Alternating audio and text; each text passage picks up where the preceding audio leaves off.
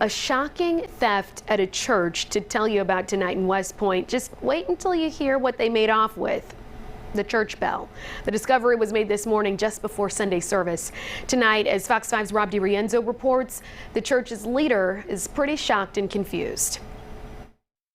Well, somebody here in West Point decided that they just needed to have this church's bell. It's now missing, and the senior pastor wants to know where it is.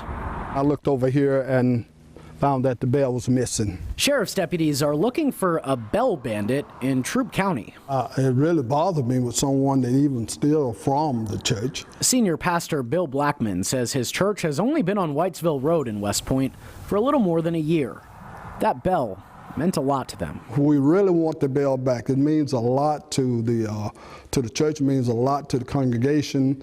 Pastor Blackman says it was there when they locked up last Sunday. This Sunday, it was nowhere to be found. I don't see any truck prints or anything here, and it's probably hard because it's rain, you know. It's a heavy bell. It'll take 2 to 3 men to even lift it up. The church has a security camera, but the thieves were out of view. Pastor Blackman wants to get the word out in hopes it'll ring a bell. It was a shock. And of course, it was a test, of course, because, you know, like I said, we've only been here for 1 year. The pastor thinks someone may have wanted to scrap the bell for some easy money. His message to whoever did this: if they bring the bell back, we're not, as far as we're concerned, we're not willing to press charges. Things happen. Senior Pastor Blackman says the Troup County Sheriff's Office is handling the investigation.